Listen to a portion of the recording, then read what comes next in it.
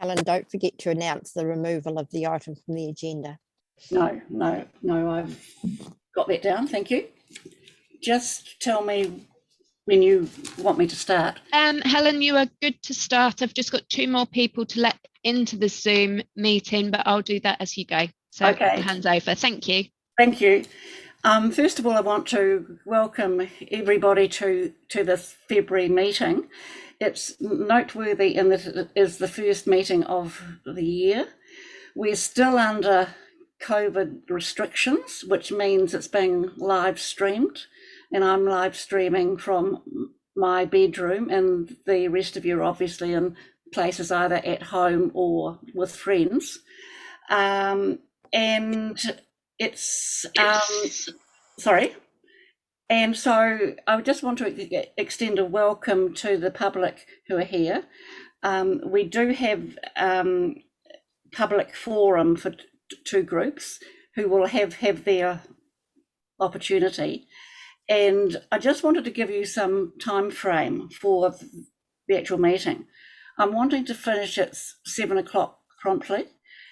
I'm hoping to get to the Richmond Avenue issue at 5:50 or 6 o'clock at the latest. I have had advice from Faye, which I'm accepting, that we receive the actual report. I'm going to suspend standing orders after that, and then we'll have a discussion about the options, which will be led by our traffic engineer. And we're probably not planning to look at any way forward at this point, but I'm open to, if the meeting decides it wants to have an option going forward, that's fine. So I'm either we just leave it after our discussion and we come back to it, or B, if you do want to move an option, that's fine as well. I'm also going to move item 9 and 12 forward. I'm wanting to get, I think those are items that don't have to have discussion. So I'll be moving those forward. And so I'll start the meeting. Withdrawal of an item, Helen. Yes. There's an item to be withdrawn. Yes, thank you, Faye. I had almost forgotten. So we are planning to withdraw item 11, which relates to special leave for our chairperson, Mike Mora. Just want to withdraw that. Do I have a seconder for that? And you don't need a seconder, Helen. It's just to be withdrawn from the agenda. It's withdrawn. Okay. So I'll move that's withdrawn. Okay. And that's it. Yep. Thank you. That's it. Looking at apologies, I've got an apology for late entry and early departure of Debbie Moira. No, I'm here. You're here. Okay. So no need for apology for lateness, but early departure 6:30. Okay, early departure at 6:30, and also apologies from Mike Mora. I did want to add with Mike that he is returning to full chairperson's duties tomorrow. So just I think I put it through on an email, but just to brief you directly. Confirmation of previous minutes. Have I got anyone who wants to move that and second? No. Helen, can we just move and second the apologies? Okay. So moved by Mark, seconded by. Okay, I'm second. Is this for the apologies, Helen? We need to remove and okay. Thank you. Sorry. Thank you. Thank you. Yeah. All those in favour say aye. Aye.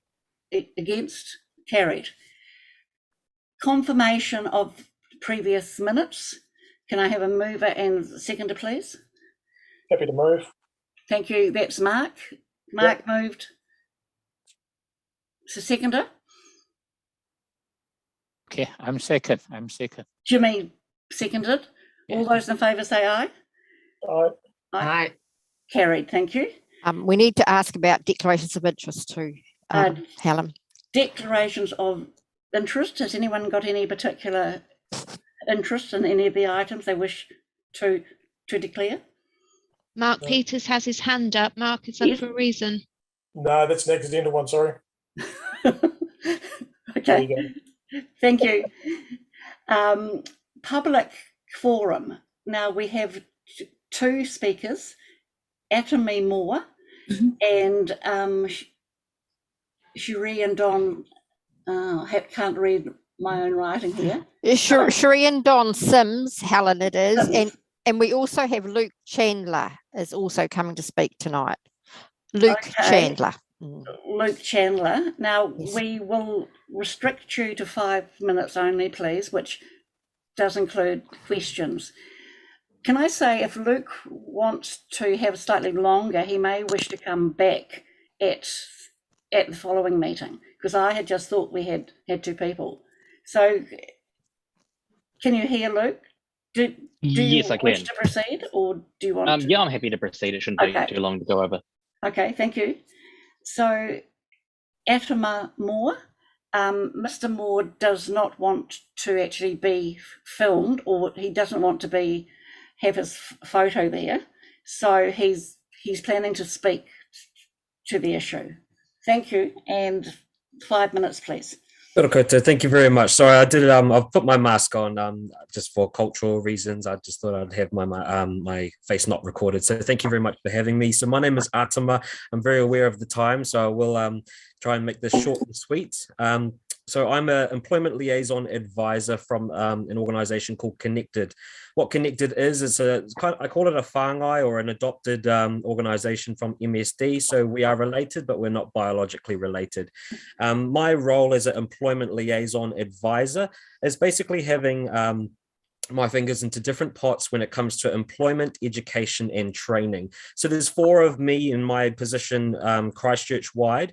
We've got myself, who covers the West Christchurch, so Hornby area, Riccarton area, and also the Selwyn district. I've got a colleague in Linwood, and a colleague in Rangiora, and also a colleague in Papanui. And we basically support anyone and everyone in those 3 streams of employment, education, and training. So what that looks like tangibly, so in terms of if anyone from perhaps a school leaver, someone who's unemployed who is looking for employment, people who are currently employed and what they still are entitled to in terms of government support, and also business and CEOs, directors, business owners and things like that, what are they entitled to and eligible for in terms of perhaps, say, recruitment or retention of employees. Canterbury has a wonderful low employment rate of 3.2%. It's actually record breaking. So it is it's a really interesting time right now, especially with businesses who are trying to still employ people, but most of us are employed now, most of us. And so supporting businesses in that particular area across Canterbury is the job right now, and also retention of workers as well. It seems to be an employees market rather than employers at the moment. So it's a good problem, but it's still a problem for our business owners and things like that. So employment liaison advisors, we also have close relationships with councils. I myself being on the west side of Christchurch and working with Selwyn District Council quite closely, and of course yourselves in the Christchurch City Council as well. Basically working in collaboration, perhaps say setting up venues and things like that to create initiatives to get people more employed. So that's us in a bit of a nutshell. So again, Connected, which is basically a sister organization to MSD. We are based in MSD sites. So I myself being in West Christchurch, I'm based in MSD Hornby. And of course, Linwood MSD, Papanui MSD, and Rangiora MSD are all of my colleagues as well. So we do have our own space in that office. However, we are not part of MSD, but related to them. So hopefully that sort of makes sense. So I'll leave it there. You're welcome to get in touch with me. And I can always put my details in the chat of this Zoom. A few of the colleagues which I can see are in this hui also have my details as well. So if anything in terms of support or related to education, employment and training, you're more than welcome to get in touch with me via your colleagues. Kia ora. Thank you very much. Is there any? Jimmy Chen has a question. Yes. Okay, Atomy, thank you for your the presentation. Kia ora, Jimmy. Are you aware the Hornby, in a monthly basis, they did have Hornby and community workers network meeting? because they have quite a few agency, government agencies, NGO, and some other community group, representative. That's a very good platform to share the information. I'm not sure, are you aware of whether you intend to attend this kind of network meeting? I wasn't aware of those network meetings, and I will happily come along and present and offer our support where it may be. Please, I'd love to get in touch and get an invitation. Absolutely. Okay. Yeah. They are okay, maybe of the meeting, I have to share with you, Linda Turner. She's a coordinator. Okay. Yeah, they have a meeting. Yeah. Okay, thank you. Sounds good. Thank you, Jimmy. Okay, thank you. Any further questions? I'd just like to thank you for coming along, Atama. I've had a similar background as you in the past, and looking at employment now at 3.4, it's full employment basically. I went back to 1991 when I was involved at that point, and it was 11.1% unemployed, which was huge. So yes, thank you for the work, and it's quite a different labour market at present. So thank you for coming along. Thank you very much. Now, if I can move on to Sheree and Don Sims, who want to talk to us about Awatea Gardens and concerns, I guess. Sheree, I have you on mute at the moment if you want to unmute yourself.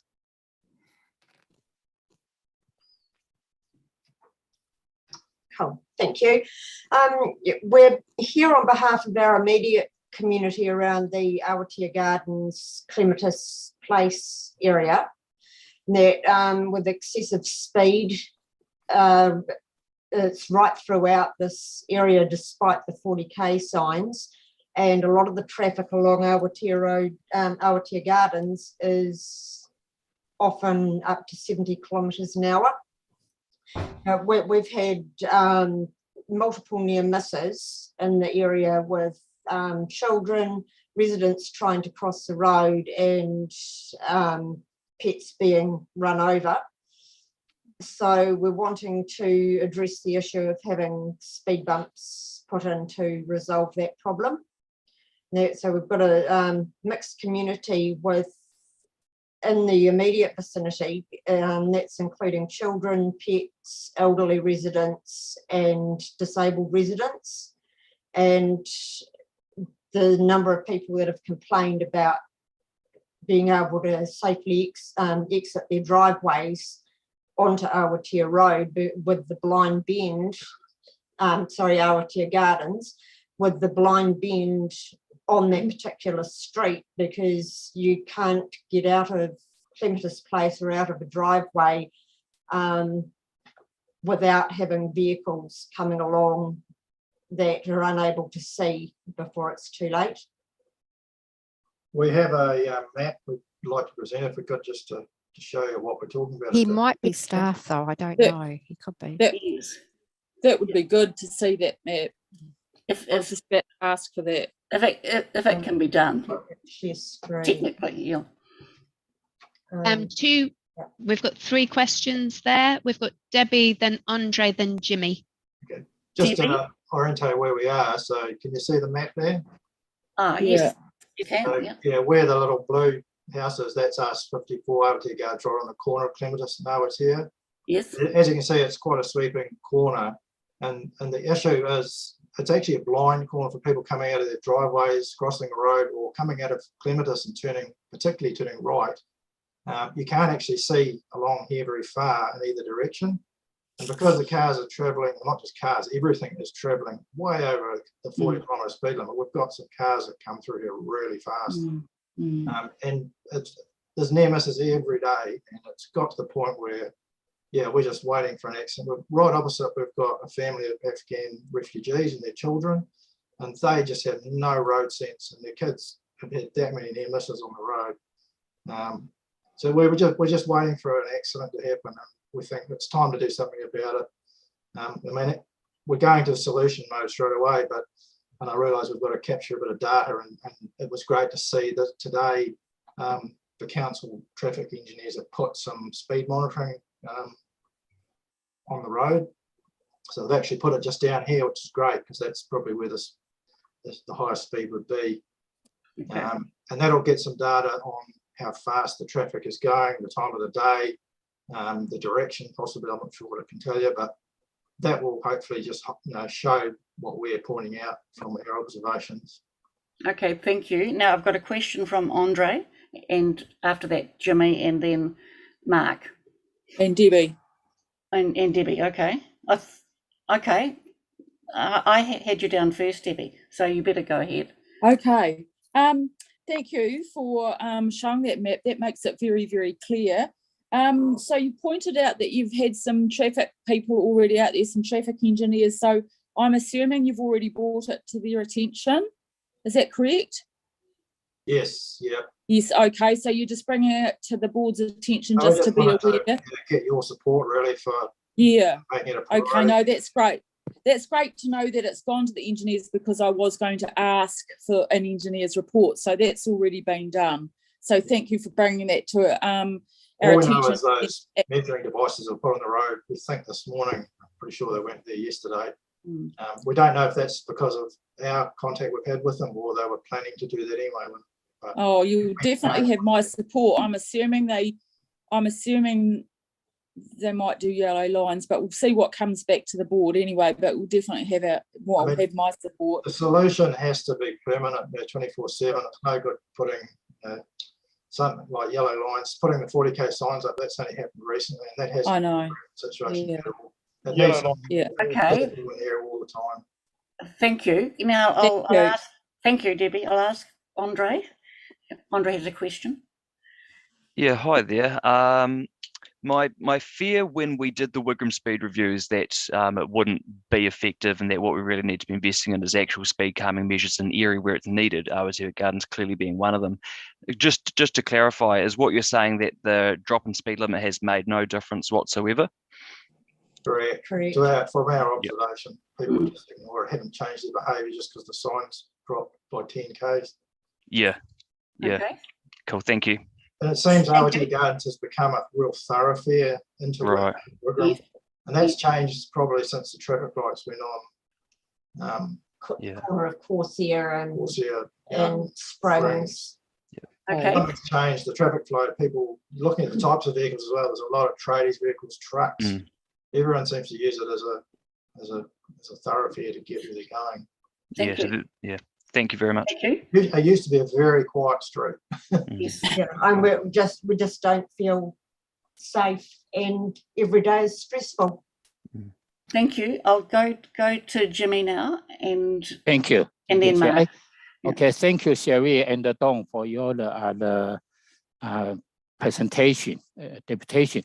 Just quickly, two questions. The first one regarding to your kids, my understanding was hit by the driver, by the car, and also after that, have an elderly person cross the street, etc. Almost, hit by car. Have you reported to the police? Yes. Already, but what is the police reaction?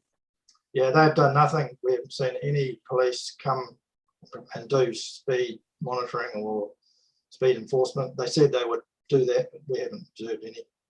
Okay, but they give you the case number, am I right? Police give you case number. Each one you reported to me. Yeah. Okay, thank you. Sherry has called them multiple times, even to report specific vehicles that are really bad. Yes. But they're just not interested. They actually told her to ring 111. So she did, and of course they said, well, it's not an emergency. Okay, thank you. They're not helpful, they're too busy. We need a solution the council's going to provide.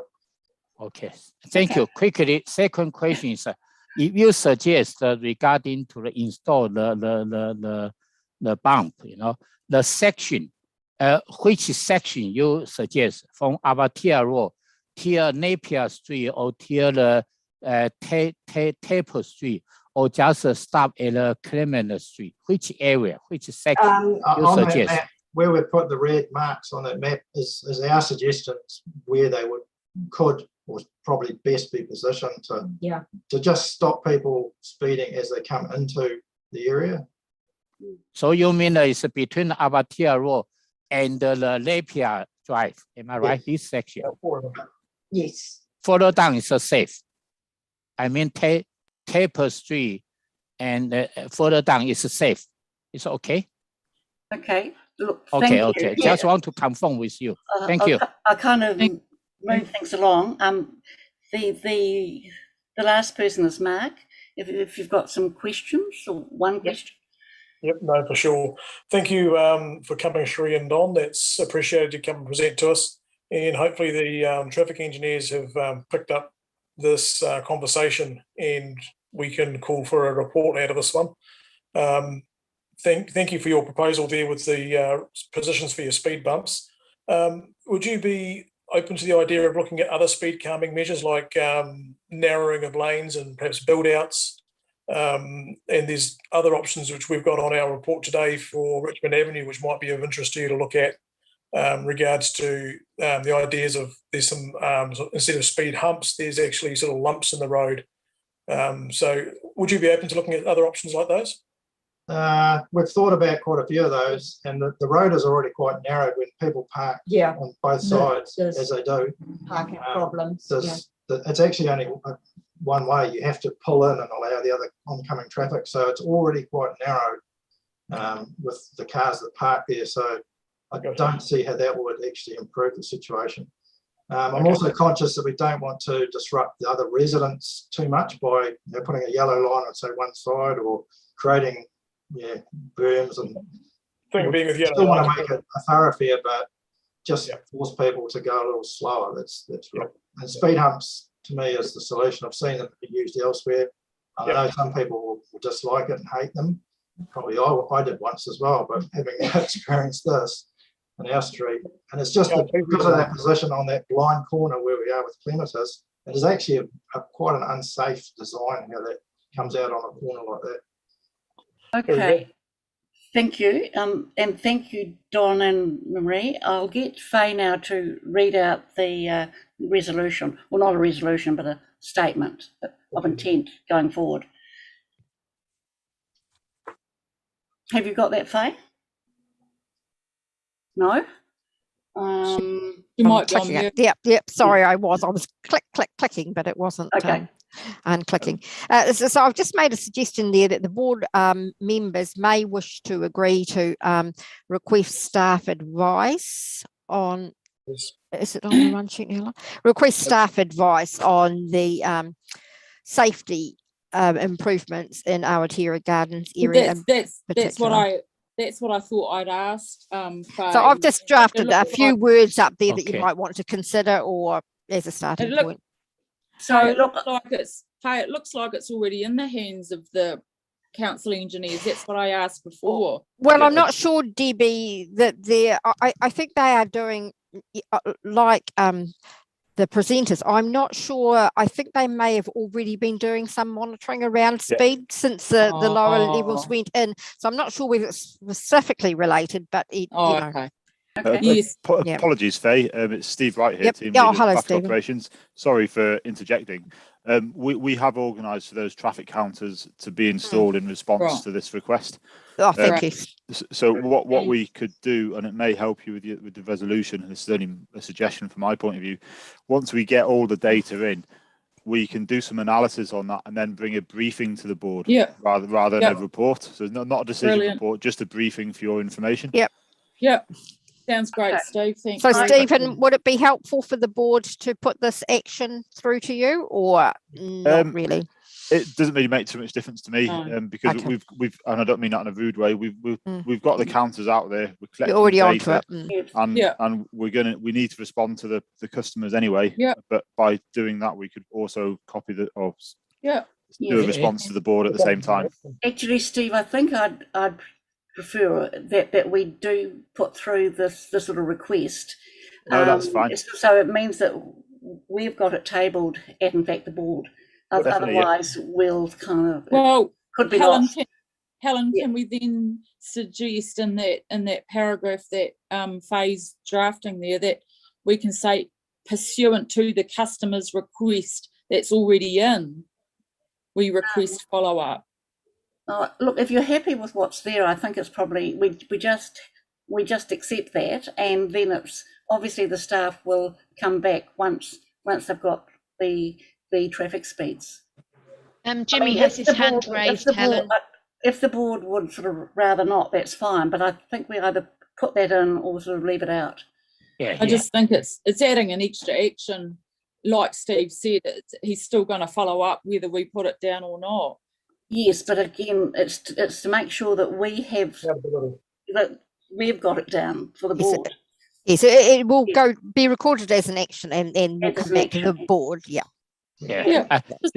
Regarding to this paragraph, I suggest because the Sherry and the Don, they make the deputation earlier. They particularly emphasize is suggest to install the speed bump. So if we are here provide advice on any measures, whether it's including the speed bump as an option, they can be implemented. Because why they particularly focus on, speed bump, we heard their voices.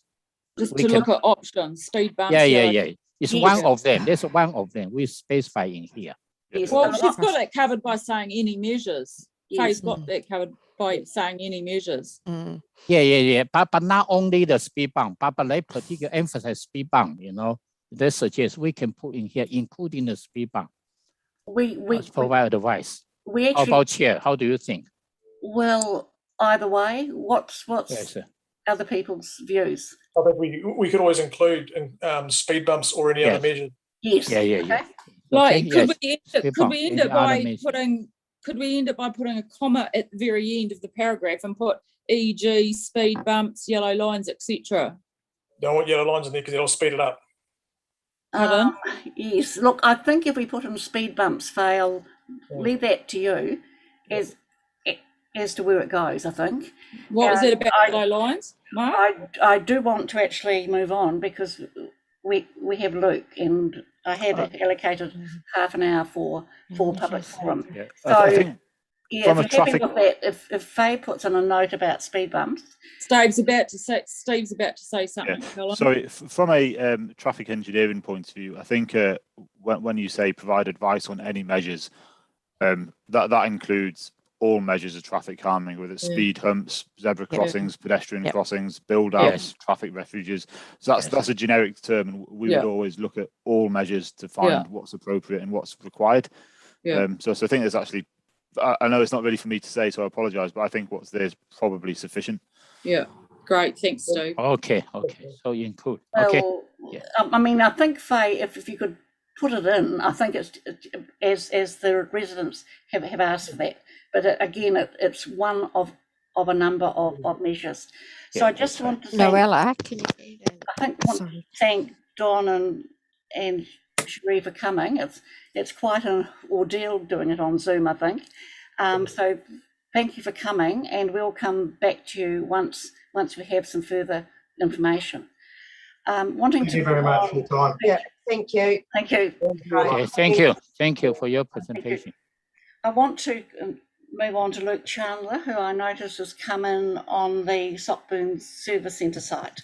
So Luke, it's all yours for 5 minutes. Hello. Including questions. How are we? Hello, hi. Hello. It's all good. I will keep things nice and short. But at the end of last year, the council decided to remove all the trees from the Sockburn Service Centre site. And it appears no one really knew about this apart from some of the council staff. So as a result of that, just looking at the tree policy that's in place, it doesn't seem to fall in line with the council's tree policy. And also I noticed that seeing as the council can quickly spend what would be a lot of money on cutting trees down on the site, that we're still waiting since 2007 to have the toddler pool demolished in Sockburn Park. Now, I know Sean Rainley from the City Council advised me back in 2018 that the pool would be demolished by the end of 2018, and that obviously still hasn't happened. Oh, thank you. So, questions from anybody? Mark Peters.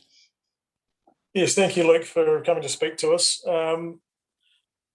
I'd like us to see if we can get some advice from staff as to what their plans are regards to, I guess, looking on the Sockburn Park with the toddler pool demolition, finding out when that's going to actually happen, because that would be long overdue to get looked at. And then also any explanation we can find about who might have known about the demolition of the trees, because it was quite a massacre. And yeah, definitely. And I know Mark Duff from Greater Hornby Residents Association, he got involved and looked into it. And again, Mike wasn't quite sure of anything. And I think Mark's passed communications on from Councillor Chen, which there doesn't seem to be much information known about anyone, any actions apart from the council all of a sudden coming out saying they're going to daylight the stream, which, as far as I'm aware, wasn't a part of any process or consultation or the board being aware. I know Mike certainly hasn't said anything about his knowledge of it. He was quite shocked as all of us with it, to be honest.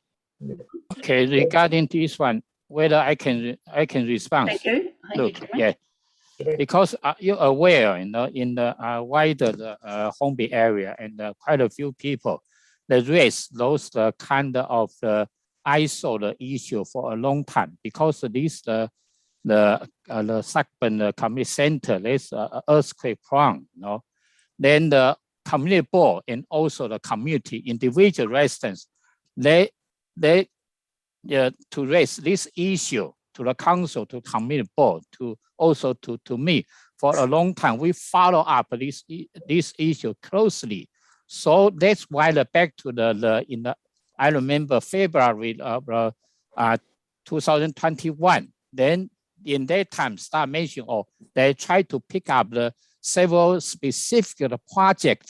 They have those budget can demolish this one. And when council published to Newsline, most of people is welcome. That's very good. This ISO have been resolved. But regarding to the tree on site, there is the kind of the operational issue. It's not a government issue. They didn't talk to any elected member. So we was unaware regarding to this issue. And also my understanding, the Mark Dorf, he raised this issue to the council, the staff. Council staff already replied to him. No any elected member aware this issue, because it's operation issue under the management. It's rather than the government. So we have no any idea. But my understanding, the staff, why they have do this one, because in that time, they want to the demolish those facility, but still quite a few tree in that area. They will be the take more the misbehave, and also this quite a safety issue in that area. So that's why they remove this one. This is I engage with the staff, the council staff told me that. Just want to let you know. Okay, I just want, it wasn't a question, but never mind. What I'd like us to do is get a brief report back on the issues around the Sockburn Service Centre site and the Sockburn pool. So if everyone's happy with that, I'll recommend that and have that go through. And thank you, Luke. Any Before I go, Helen, comment? Yes. there is just one comment that I did have to make. I know the council is considering selling the site, but potentially it'd be great if we could keep this site as a green space and sort of a green spine in Sockburn. You've obviously got the service centre, you've got Sockburn Park, and then over across the road in Middle Park, you have another park there connecting through and around, and it'd be good to keep the sort of green spine and increase our tree cover, because on the west side of the city, we do have a lower tree cover than elsewhere in the city. So it'd be a shame if we were to sell the section just to make a few dollars there. Thank you. And I do know the Sockburn Service site is Crown-derived land, so that if it's sold, it goes back to the Crown. So there's a reason to actually keep it, because council doesn't actually have any money from it at the end. Mark, you want to say something quickly, or I'm just about to move on? Yeah, just wanted to very quickly mention, see if we can find advice as to where the proposed planting of trees to replace those that were removed might be done. Because we all know that Hornby Ward is one of the lowest green wards in all of the city, and to have those trees replaced into the Hornby-Riccarton boundary area there would be really useful to try and increase that green spine that was being mentioned then by Luke. Okay, thank you. So in terms of asking for information, if we ask really something, wanting to add that the board likes to see as many trees as possible retained in this area, and perhaps planted. Yes. So if we put something along the lines of that the board requests staff advice on the clearance of the former Stockburn Service Centre site, any proposed replanting on the site, and and regarding the timing of the removal of the toddlers swimming pool. Yep. Is that what we were after? Something along those lines? Okay. Thank you. Thank you, Fame. Thank you. Thank you. Moving on to the public forum deputations, none. Petitions, none. Correspondence, we've had a letter from Megan Woods, and you've all seen that. She's wanting two things: action on a certain intersection, which the Hornby people may be much clearer on, and also she wants to actually come and meet with us. So in terms of meeting with us, I guess staff will try and find a time during a briefing. So Helen, I've already provided the dates to Megan Woods's electorate office, and they're going to look for a suitable time that suits your schedule for her to come and speak to the board. Thank you. Is it going to be a board or a briefing? Board meeting or briefing? Well, that's probably up to her, really, what she'd prefer. I think that's fine. And on the intersection, has anyone got any comments on it? Mark Peters has his hand up. Thank you, Mark. Yes, no, absolutely. That intersection she's mentioned there is a intersection that we've had with awaiting a report from the traffic staff. We met with traffic engineers on site there, and the community is really strongly wanting to get that report so they can see what's planned and what to happen. And as you see there with Megan, she's supporting strongly the idea of signalising that intersection fully because it's such a danger. So yeah, I'd be happy to move that we accept this letter and we ask staff for advice on what their plans are going forward with urgency. Thank you. So now if I don't have to have this formally moved, do I? Are you there? Hello? Oopsie. Sorry. Yes, to receive the report, you do need a resolution. Happy to move that. Okay, thank you, Mark. Is seconder? Gamal, was that Gamal? Yes. Yes. Thank you. So moved Mark, seconded Gamal. I've lost your photos, so if I try and get them back, that's fine. So moved Mark, seconded Gamal. All those in favour say aye. Aye. Aye. Against, carried. Thank you. Now moving on to now. We're at the end of our standard discussions, Faye, aren't we? And I'd like to move to number 9 as indicated. I don't think there has to be any debate about this. So can I have a person to move that and someone to second? I would like We'll to go back to 8. second. So Mark moved, Jimmy seconded. Okay, yes. Thank you. So all those in favour say aye. Aye. Aye. Yeah. Against, carried. Going on to number 12, which is the funding for the Halswell Scout Den. Helen, have you missed number 8, which is the removal of trees? I'm coming back there. Okay. 12, which is the funding for the Scout Den and a roof on it. Mm-hmm. Can I have a mover and seconder, please? Happy to move. I'll move that. So who's moved? DB. And I'm happy to second Debbie. Seconded, Andre? Yep. Yep. All those in favour say aye. Aye. Aye. Against, carried. Thank you. Going back to number 8. Thank you, Faye. Yeah. There we are. Now, this is additional tree removal for the South Express Cycleway on Buchanan's and Waterloo Road. Have we got staff here, Faye, for this? Yes. Yes. So Yes, perhaps, Donald is here. yes, perhaps if we could have the staff member to speak to us and then questions. Thank you. Yeah, how's it going? So it's basically 4 trees out on the Templeton end on Waterloo Road. They're quite small trees. They were missed off the original consultation. We've gone back out. We've had no replies from the people out Templeton end. Relatively small trees, not in the greatest of health, and as per the current policy, they will be replaced with 8 trees. So that's all good. The other ones on Buchanan's Road, they came out of the detailed design. So we walked over the area with the city arborist and some ground penetrating radar just to try to establish where roots were.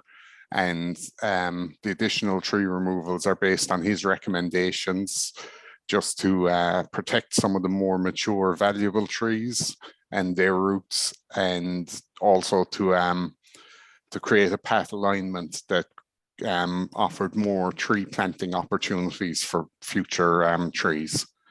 So rather than take out one and leave no space for other ones, we've taken out a couple of extra and leave additional space for other ones. Thank you. So if there's any questions on it, Yes, fire away. So I've got a question from Mark and then Jimmy. Thank you. Yep. Excellent. Thank you, Madam Chair. Donald, do you have any ideas or proposals where the replacement trees might be planted? Again, I go back to the question I had earlier about the lack of tree cover in the Hornby ward, and we'd be hoping, I guess, that you'd be saying that the trees would be replaced in a similar location to where they are. Yes, out Templeton end, I think there's plenty of opportunities to plant 8 trees. I mean, there's hardly any trees out there. The city arborist was quite clear that that's one of the worst areas for tree cover. So he was quite keen that we take out those 4 and plant 8. And also along Buchanan's, there's probably enough opportunities to get the trees in there. But if not, I think putting them out in Templeton will be the spot we'll be looking to do them. I think, Mark, that the policy stipulates that they need to be planted in the vicinity of where they're removed from. So, yeah. Okay, thank you. Jimmy? Okay, yes. I'm also concerned the tree. So you mentioned 4 trees along Waterloo Road and the 5 trees along Buchanan Road will be replaced. But I just want to know, replace is a double replace or just the same amount of tree, like a 4 tree will be replaced by 8 tree, am I right? 5 tree will be replaced by 10 trees. Yeah, we will be doing that as part of the new policy. So yeah, double the number of trees will be going back in. Yeah, but 2, because those are 2 different the street, different road. Original they planted is a different tree. So if you replace, whether you still consider, try to fit in those kind of the landscape or etc. to replant the tree, rather than just plant the same tree. You need to consider landscape surrounding the environment. Yeah, we will be considering obviously the type of trees and surfaces and root barriers and everything to protect the surfaces. So we'll be doing all the standard stuff that we do now, which may not have happened 20 years ago when we planted trees. Okay, second question is regarding the 7.2 or 7.3, particularly regarding to the funding or the budget. Initial cost of establishing the new trees will be included in the project. And this we are aware, this project is from the central government, the shovel-ready one. So I just want to know, actually this replace all those trees, whether it's from those shovel-ready funding or from the council funding. I just Yes, want to know. that is the shovel-ready section, and Yes. the extra cost of it, it'll be covered by the contingency contained in the shovel-ready. So at this stage, it's all shovel-ready funded. Okay, thank you. Thank you, Donna. Very Thanks, good. Jimmy. Good question. Now, If is no there- question, I would like to move. Yes. Thank you. Moved Jimmy, seconded Gamal. Sorry if there's somebody else there I've missed. So any discussion about this? Yeah. No? So No. all those in favour of the recommendation say aye. Aye. Aye. Against? Carried. Thank you. That's great. Thank you. Thank you, Don. And look, this is the timekeeping is good. It's at 5:50, we're on to Richmond Avenue. So I'll just keep standing orders to receive the report. So I'll move that the report be in fact received. Do I have a seconder? Yes, I'll second. Anne, thank you. So now we're not committing to everything. We're just receiving the report. So all those in favour say aye. Hey, may I have a question? Okay, go ahead. Yeah, receive report is okay, but my question is because if we review those meeting agenda, the staff, particularly in paragraph 4, they have recommendation 5 options, but in paragraph 6, then they receive the report. So I just don't know whether a little bit the contradict. I still no any idea. And also my view, this one whether should be in the community board briefing rather than in the meeting, because meeting you have to make a decision. If they give us 5 options, even we receive report, but maybe the elected members still have some other issue or concern, we might have a further discussion. My view should be in the briefing rather than in a formal community board meeting. It's my view. I wonder if I can explain that. At the agenda setting meeting, I argued for a briefing. However, the CEO of Christchurch City Council, Dawn Baxendale, is very keen to have it formalised. And it's not that we come up to any definite conclusion, but that it's tabled. So I think it's reasonable it's tabled. Okay. I think the issue is, where do we go from this? And I'm going, after we've received the report, I'm going to suspend standing orders. Okay. So okay, we'll only come back to standing orders if we want to move a in fact resolution. Helen, right? can you Thank speak? you. Helen? Yes. No, I hope I'm right there technically. I think I am. Can I just point out that there has been a board briefing on this last year, and as a result of the board briefing, these options are being reported back. So at the briefing, the board asked for some more details on the options presented to come back to the board. So that's what staff are doing now. So I think in terms of Helen, can I say this? I think Helen, in terms of receiving the report, we're just receiving it. We aren't acting on it at this stage. So I've got some questions. I don't want to spend too long on this because I want to get into, in fact, discussion on it. Mark and then Debbie. Well, okay. Do you want me to go first, Debbie? Yes, thank you. Well, as mentioned earlier today, I've put through some questions to Faye and Emma which haven't been answered yet. So I'm following on really from what Jimmy's just mentioned, because we really wanted to have an opportunity for the concerned residents to be notified of our meeting tonight so that they could present to us if they wished. And I asked that question to staff earlier in an email and haven't had a response yet. So Emma and Faye, do either of you have a response and have the concerned residents been notified about tonight's meeting? Well, perhaps if Faye or the Emma answer that. Yes or no? Well, it's a public meeting, so it's publicly advertised. I know, but what I'm saying is they've all been We collected all their data when we had the meeting. No, it hasn't gone back because this is only an information report. So no, I know that, but it helps us and guides us as in where to, and I'm following on from what Jimmy was saying, it helps us in receiving a report because we want to have directive and guidance, etc. Certainty from the residents, and we can't rely on them always knowing to look at the public agenda. And we collected their information for a reason, because they all wanted to be kept up to date with what was going on. And if this went ahead, even this report, I don't know what sort of response would happen if we haven't kept them in the loop, which is what they strongly requested that we do.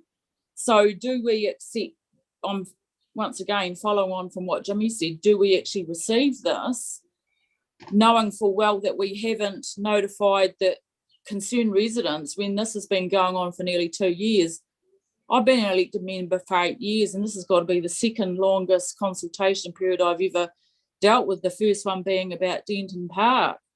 And this is what would be defined as a reasonably minor issue. So I think we need to get it right. Absolutely. Going forward. Okay, now Chair. Can I just move here to Andre and then Mark, and then we can get a response. Andre? Yeah, just my concern here is how unclear things are. So originally we had the community meeting in March last year, and residents were advised would have some options within 4 to 8 weeks. 6 months following that, we had a briefing with our board, which was providing some options to us for us to provide feedback back to staff. 5 months later, we are here now following that 6 month wait to do the same thing again, which is look at some options and provide some feedback back to staff. It feels like we're going around a bit of circle. I'm really not clear on where we are going from here and actually being able and having options to formalise decisions. It's just not making a huge amount of sense to me. My proposal is that we suspend after we've received the report. If you don't want to actually receive the report, that's fine too. But we receive the report, then have a discussion on the options outside standing orders, and only proceed tonight if people are comfortable with an option. If they're not, we'll just defer it to the next meeting. But the CE is quite keen that it's formally tabled. I guess we've been nagging and moaning about it, and I guess my guess is she wants it formally tabled so we can't say that you haven't come up with options. I'll go to Mark. I'll go to Mark and yes. Well, my piece on this is that it's absolutely vital that we include the community when we're making a decision on this, whenever that might be. We've heard from Laura, who's one of the most vocal residents, and good on her for putting her comments to us. But I'd like us to, when we come to making a decision on anything in this location with this report and the options, that we fully include the community. We notify all those that came to that meeting and represented their community so well, and we go make a decision when we finally do with their inclusion and direction, so that we get the right decision and get it done. The second time, because I've already gone through the first time, we built the thing completely inadequately. And I'd hate to see us make a mistake again and not get it right a second time. So let's make sure that we include the community fully in this and get this sorted once and for all. Thank you. Now, I fully agree with that. I think it would be helpful, seeing we've got our staff member here, to have a informal discussion, but I think we're fairly clear that we won't be proceeding with, in fact, an option tonight. We'll just have a discussion around it, because yes, Debbie. And I don't want to waste too much time on this, because if we're going to discuss it tonight as a first step, we've got to do it now. Otherwise we'll okay. Go ahead, Debbie, and then we'll have to come. I just want to reiterate that I don't think we should be accepting the report, because we haven't consulted with the concerned residents. There may be missing options on that report presented to us tonight that they may wish to put down as an option, and we haven't given them that opportunity. So that's why I would like to think that we just put receiving that report aside. I spoke to Laura this morning too, and she's not perturbed that it's laid on the table for a couple more weeks. What's a couple of weeks when it's been a couple of years already? I think we need to get this right. I just want to point out that this is not an options report. So this is a bit of direction so that the staff would then prepare an options report, which then at that stage, any necessary consultation would be undertaken as part of the process, and it would come back to the board for a decision. Look, can I suggest, I don't think there's any harm in receiving the report. I don't think we have to live just with those options either. So either we want a discussion, an informal discussion tonight about it, or in fact we don't. So I think there's a mixed view on this, but I would like to hear from the traffic engineer so that we get briefed on it, but we don't need to come up with any option tonight. So I think I've moved that we actually receive the report. Have I got a seconder, Faye? Yes, there is a seconder. Thank you, and Anne. Now I'm going to actually move this, but I do want to ask staff a question. If we don't receive the report, are we able to still have a discussion about it? I would be more than happy to have a discussion about it, because like yourselves, we need to move this forward, and like somebody mentioned earlier, this has been going on for a long time now, and we need to try and get some resolution. You really need to receive. Okay, so look, I will move it. It's seconded. All those in favour say aye. Yeah, Aye. May Aye. Chair, may I have a question? Well, a quick one, yes. Yeah, quick one. Just we today, we approve, just receive this information, like you mentioned earlier.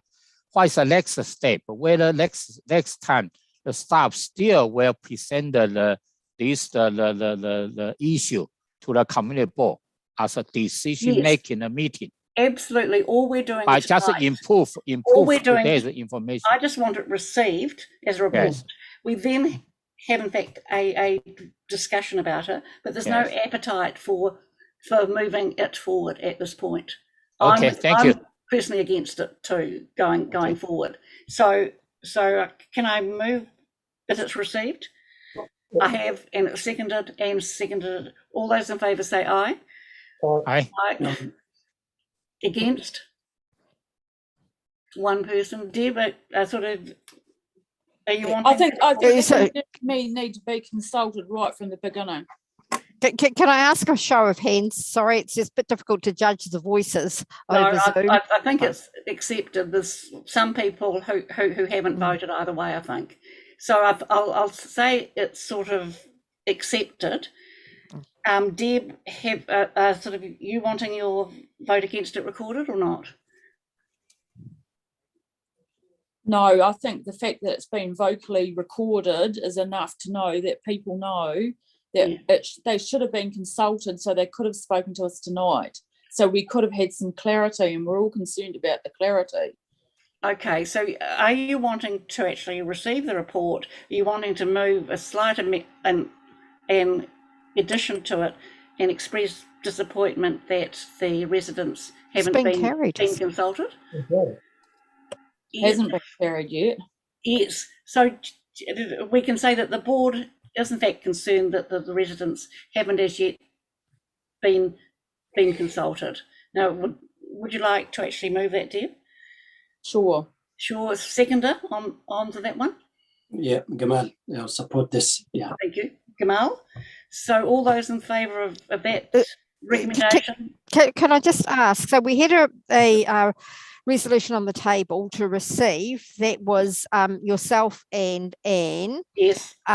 So that I thought was passed. If it hasn't been passed. No, that's passed. So well, if it's passed, then we don't have an amendment. It's been passed. Okay, thank you. Now, Deb, are you wanting to say yes, formally record your objection to it? I think I already have verbally, but not. Okay. Did you want your vote against it recorded, Debbie, in the minutes?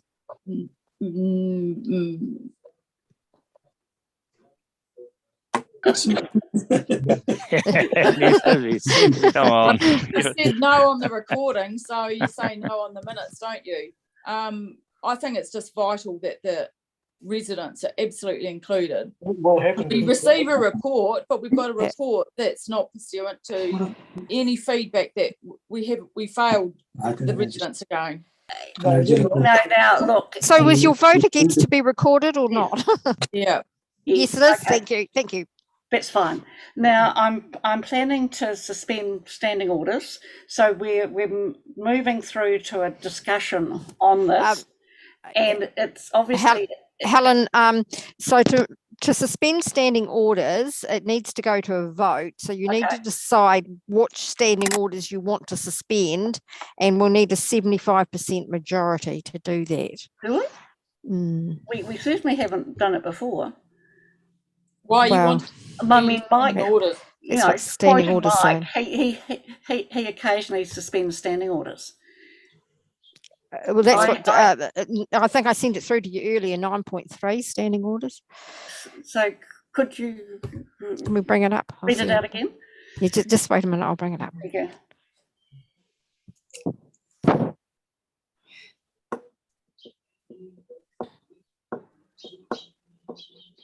If there's no objection to removing standing orders, then it should be fine. Yes, but it just needs to go through the vote. That's all. Okay.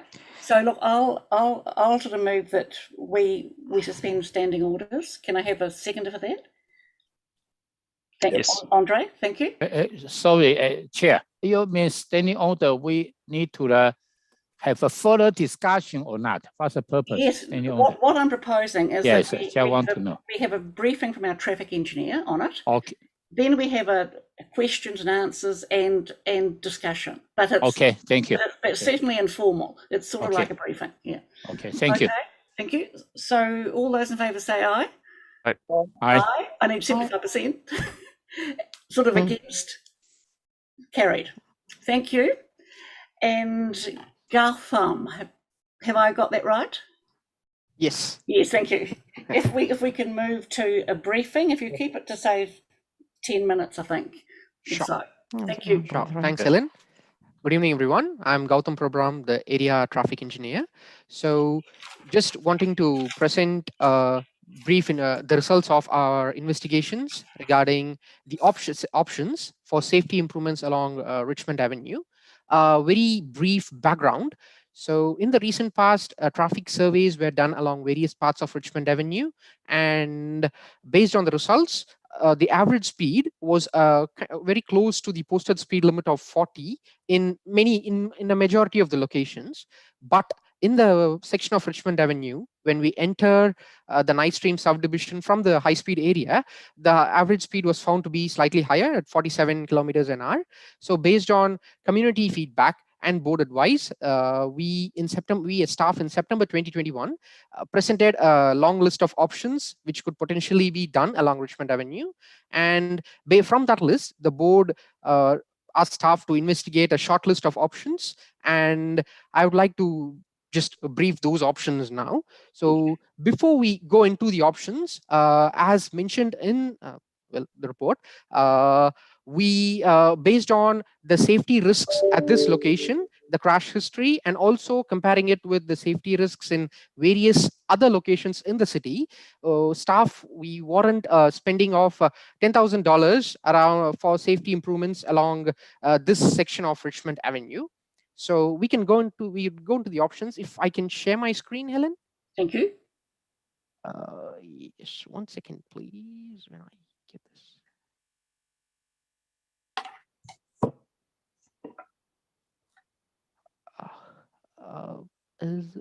Is it visible? Helen? Yes, thank you to me anyway. Yes, it is. Cool, thank you. So the options which were preferred by the board were a flush median along the speed change, red colored surfacing on the ramp of the speed table at the Jean Patterson Drive intersection. And the third option is speed cushions along as we enter the Night Stream subdivision. The fourth one is additional signage at the speed table. And the fifth one is a planter berm as we enter the subdivision. So the first option, as we said, is involves a flush median along the curve as we enter the subdivision, and also red surfacing with the 40k speed limit painted on the road. So this one would help. One thing, it would present a visually narrow road to the road users as they are entering the subdivision, and also it would indicate the direction of the curve, and the red marking is expected to better show the speed change from 50 to 40. So the slight concern with this option is that there are no additional physical measures which could control vehicle speeds, but with the additional visibility, we expect this. We expect the drivers to comply with the posted speed limits, and this option, as indicated earlier, is expected to cost around and over $5,000 along with the traffic management included. The second option is, as I mentioned, red surfacing along the ramps of the speed table. This is in addition to the triangle markings which are already present. So this option is expected to increase the conspicuity of the speed table, and thereby encouraging lower speeds as they further enter the subdivision. But the one minor concern which needs to be noted is, same like the previous option, there is no additional physical measure to control speeds, but as we mentioned, this increases the conspicuity of the speed table, so it could encourage lower speeds. And this option is expected to cost $10,000 along with the traffic management included. And the third option is speed cushions as we enter the subdivision. So this is a physical measure which could control traffic speeds as drivers are entering nice rain. But one concern to be noted with this one is there is a chance of noise and vibration issues for any nearby residents or nearby properties, and the cost of this one is estimated to be $20,000 with traffic management included. But with this one, as mentioned earlier, based on the safety risks at this location, we can't warrant this one here, and there are many there will be other locations in the city which has higher safety risks where it can be more warranted. The fourth option is gated signs or additional signs at the speed table at the intersection. So this one would involve, at the moment we just have one sign indicating the presence of the speed table. This option would involve providing additional signage there which could better indicate the presence of a speed table and thereby encouraging lower speeds. So this option is as it involves just additional signs, it's definitely costing less, and the cost involved is estimated to be $3,500. The one concern to note is, like options 1 and 2, we don't have any additional physical measures to control speeds. And the last one is, as the board suggested, planter berm along the shoulder as people enter from the high-speed area into the subdivision. So the one thing is, this one is expected, this gives a urban feel, a residential feel as drivers enter the subdivision, and also presents a visually narrow lane. So, but the concern to be noted here is cyclists could be forced onto the main lane, thereby creating a pinch point for the cyclists, and this could pose a safety risk to cyclists. And also, this is the most expensive of all the options. It's because we can't place a planter berm directly on the road, which could create a bigger safety risk. So we need to extend the curb and alter any drainage accordingly and place the planter berm. So that's the reason for the high cost. So as we mentioned earlier, based on the safety risks at this location and comparing it with many other locations in the city, we can warrant a spending of $10,000 for this safety improvements along this part of Richmond Avenue. So based on our options, based on our analysis and also the costs, our recommendation is going for options 1 and 4, which is the flush median and the red surfacing. For at the speed change, that is 40 with a red surfacing, and additional signs at the speed table. Yep. Thank you very much. Now, going to open this for questions rather than comments at present. So I've got Andre, Debbie, and sort of then Mark. So I'll start with Andre. Thank you. Thank you very much. Just querying the cost of these, in particular the speed cushions. Now, when we had the briefing in September, we were told an approximate cost of between $5,000 and $7,500 for speed cushions.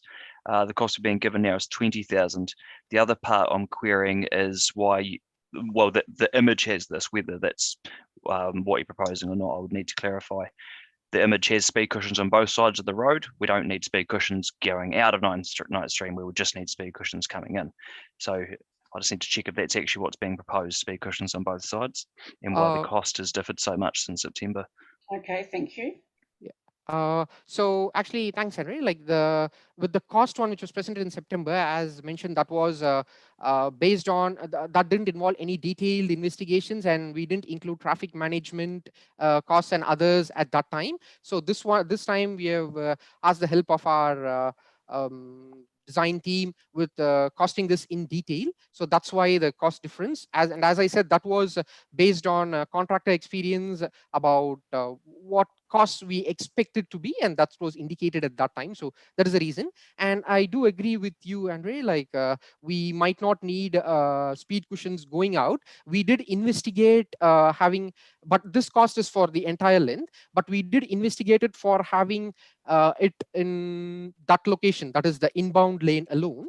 But as we said, looking at the safety risks at this location, we can't warrant that level of treatment at this stage. So that is the reason our recommendation didn't include the speed cushion. Okay. So just to add to that quickly, the reason you put speed humps on both sides of the road, although it feels odd and looks odd, as you're coming off the motorway there, if you do have any people who are driving faster than they should do and they see speed bumps on one side of the road, what they're typically going to do is swerve onto the opposite side of the road to avoid them. And that does happen, particularly on that sort of bend. So if we were to put speed humps in, ideally we'd put them across both sides in that location. Yeah, that is a fairly good point, actually, swerving aside. Okay, that is a really good point. Apologies, that was discussed as well, but yes. Now, just prior to moving on, are you fine, Andre, at this point? And just to clarify the cost of another couple, just on the red entrances to the speed table, just hoping to get some idea on breakdown and costs on how it costs $10,000 for the red on each side of the speed table. So actually, I'm trying to. So the thing is, Andre, like as you might be aware, we have increased requirements for traffic management. So the 10,000 comes with a $3,000 traffic management cost and $1,000 environmental.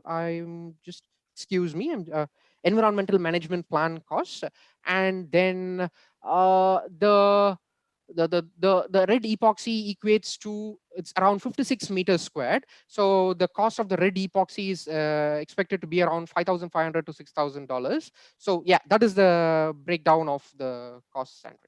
Cool. No, that's helpful. And just finally on the extra signs, which is the extra speed hump signs. Yeah. Correct me if I'm wrong. This would be 3 or 4 additional speed hump signs. Actually, we have at the moment we have one on each side. Yes. So that this would mean we are going to have 2 on each side. That is, yeah. So this would. Yeah. It would double them. Yeah. Yep. So an extra 2 signs. Yep. So an extra 2 signs would come at a cost of $3,500. As I said, it is again including traffic management as well, Andre. But yeah. Sorry, what traffic management will be involved if these are signs going on the side of the road? You've got to put the bases in first. You'd still need to close lanes off, unfortunately. Yeah. Okay. And I hear the frustration at the costs. Yeah. And yeah, it amazes me and it sort of disgusts me a little bit, if I'm honest, about how much things cost to get done. Yeah, sure. That's what we're working with, unfortunately.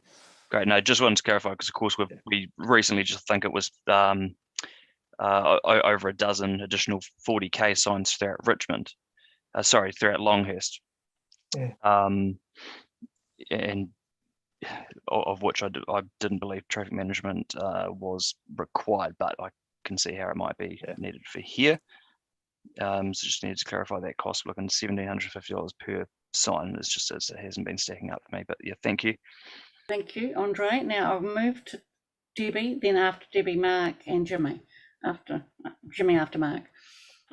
Thanks for outlining that to us, Gautam. Just two questions regarding the painting of the current humps that we don't think are humps. Are they going to be raised? Or are they staying as it is? Are they staying flat? They'll be staying in the existing profile. We'll just be painting the existing ramps effectively. To make it look like humps? Yes. Yeah. It would just accentuate what's there, but it's not really going to. Well, it's interesting that you agree with me on that, Steve, because we've been told continuously that they are raised. But anyway. Depends on your painters. So exactly, yeah. Painting is to make them look raised. Okay. More raised. Make them look more raised, yeah. And so the second one is what I was talking about before about perhaps having a missing option. And if you want to bring up the option 5 on the slide there, whoever's in control of that, I just want to point out an area. Is somebody able to bring up option 5? I can do that. Just a moment, please. Oh, thank you, Gautam. I wasn't sure who was in charge of that. Just so people know what I'm talking about. Can you see my screen, Debbie? Yes, I can. Thank you very much for that. So where you've got the green box there, and just to the right of that green box is all that green berm, right? Now, when we had the, Mark, you might remember this, and Andre perhaps, but Mark, I think you were out there one day when it was just us and Mike.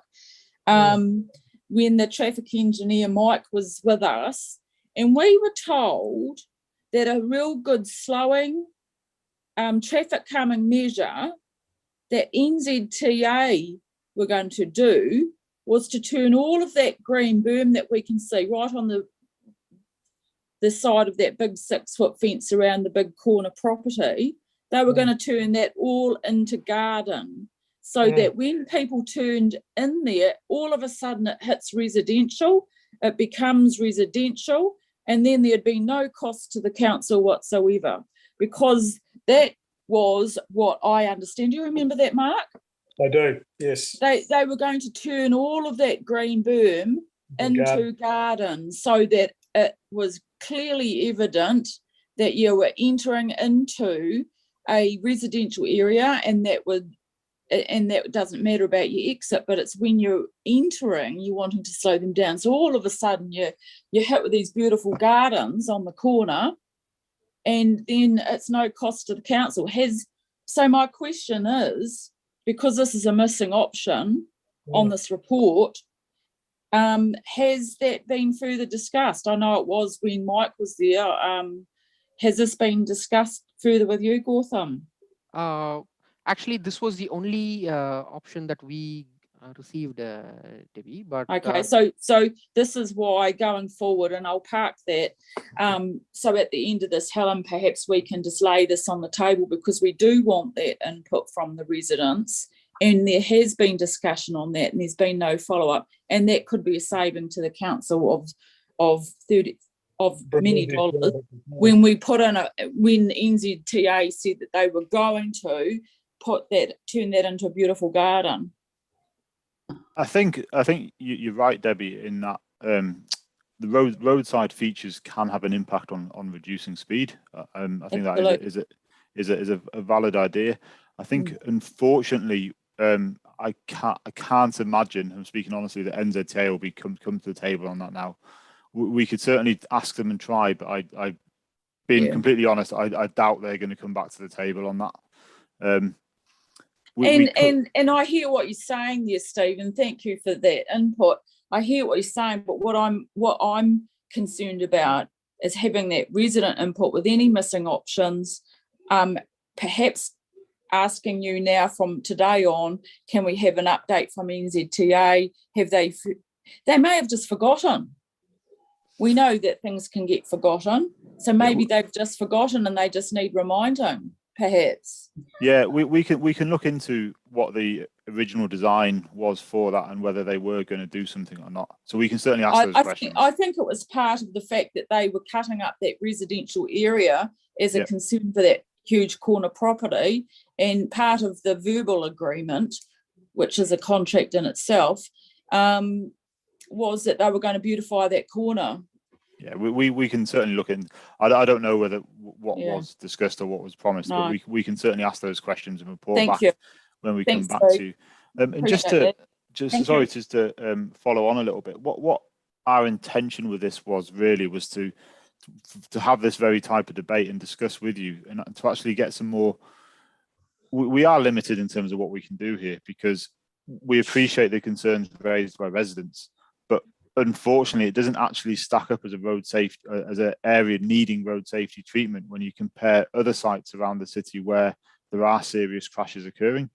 So it's difficult for us to allocate or to even do anything here. But we know how concerned the residents are, and that's why we're keen to try and do something.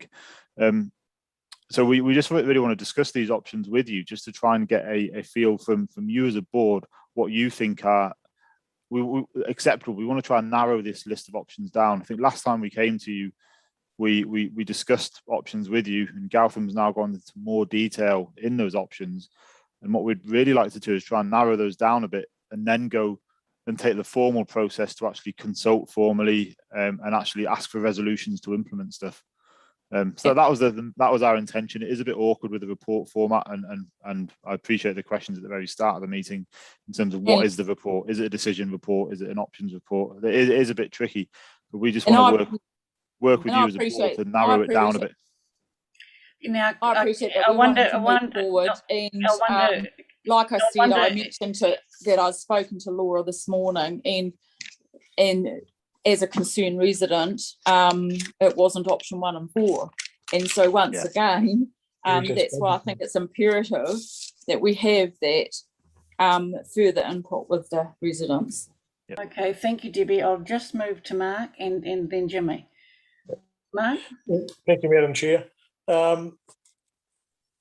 The options and the pricing that they've got it's mind-blowing to see those numbers, and I understand your traffic management costs and all that. But would this be something that, as a board, we could put some money towards to buy one or two more options than what being recommended in your report? I would have no problem with that. If I mean, my problem is we need to try and justify our expenditure, and when most of the road safety budgets that we hold and when we deliver upon are actually 50% funded, or just over 50% funded by NZTA. So most of our money isn't actually paid for by council. Over half of it is paid for by NZTA, and we have to justify our safety expenditure to NZTA for them to give us our subsidy effectively.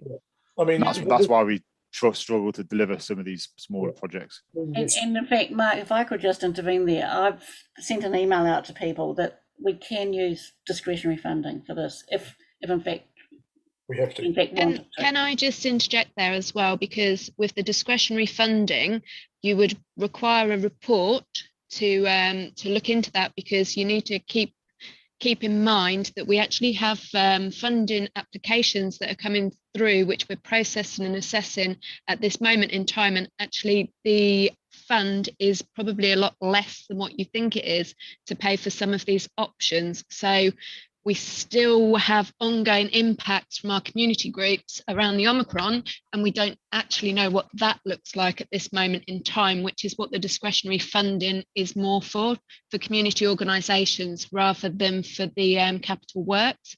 So I'm just erring on the side of caution to say, if that's an avenue that you wish to explore, that will need a staff report to come back to consider those options.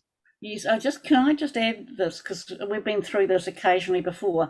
I think I've got a different view to where staff are coming from. I see this as a community activity, though it's not our sort of social service stuff. It's actually helping this community, and so I think it can be justified, and I do think we have done it before. In fact, I've been involved in an issue where a board member drew a sort of speed hump in crossing, and it's still there. So I mean, so it can be done, but again, that's really up to the board. So now, Mark, anything else? Can I just, I guess, go on that with the fact that NZTA often pay for a lot of your road safety improvements.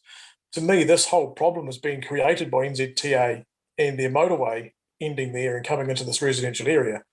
I'm staggered that we've let NZTA off the hook, and they've obviously had that motorway off-road signed off by us as council, I guess, and basically said, well, thank you very much. Now we'll move on, and all the problems from here are ours, which surely we could drag them back to the table and say, you've created this monster by putting the exit to the motorway roundabout here at the top of this residential street. Surely you need to come back and help fix it. Yeah, Very good point.